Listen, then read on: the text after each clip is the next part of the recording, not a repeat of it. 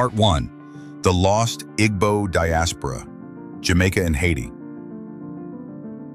The Igbo people of southeastern Nigeria were among the most widely dispersed African groups during the transatlantic slave trade. Forcibly taken to Jamaica, Haiti, then Saint-Domingue, and the Americas, they carried fragments of their culture, language, spirituality, and resistance that still resonate today. This first part explores their enduring legacies in Jamaica and Haiti. The Igbo plural pronoun unu, you all, survives in Jamaican Patois. Red Igbo, red Igbo, a term describing light-skinned Jamaicans, referencing a common Igbo complexion. Jonkonnu Festival, which is a vibrant masquerade with roots in the Igbo New Yam Festival.